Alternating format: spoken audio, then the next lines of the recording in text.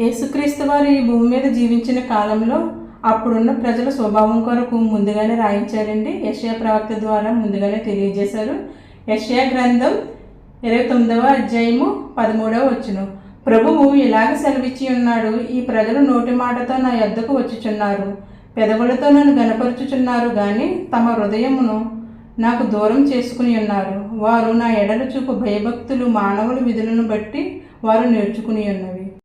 యెషయా ప్రవక్త ద్వారా దేవుడు తెలియజేశారు కదండి ఆ ప్రజలు ఎట్టి స్వభావం కలిగి ఉన్నారో.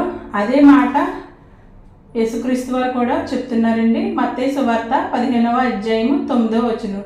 ఈ ప్రజలు తమ పెదవులతో నన్ను గనపరుచుదురు గాని వారి హృదయము నాకు దూరముగా ఉన్నది. మనుషులు కల్పించిన పద్ధతులు దైవోపదేశములని బోధించుచు వారు నన్ను వ్యర్థముగా ఆరాధించుచున్నారు అని యెషయా మిమ్మును గూర్చి ప్రవచించిన మాట సరియే అని వారితో చెప్పి.